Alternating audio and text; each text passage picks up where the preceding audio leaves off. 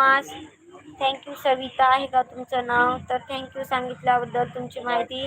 तर तसं म्हणजे ब्रेकअप झाला तर काय मनावर घ्यायचं नाही. कोणते म्हणजे तुझ्या लायकीचाच नसेल तो तुझ्यासोबत ब्रेकअप करणारा, तर त्याला सोडून दे, मनावर घेऊ नको. तुला जर वाटत असेल तर एक बार सॉरी म्हण, रिक्वेस्ट करून बघ. तो मानला तर ओके आहे, नाही तर तुझ्या लायकीचाच नाही म्हणून सोडून दे त्याला.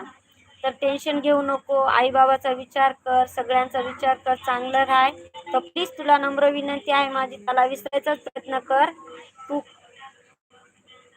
त्याला विसरायचा प्रयत्न कर. एक बार रिक्वेस्ट करून बघ. तुझं जर त्याच्यावर खूप खूप प्रेम असलं तर प्लीज रिक्वेस्ट करून बघ. सॉरी म्हण. सॉरी म्हणल्यावर का माणूस झिजत नाही.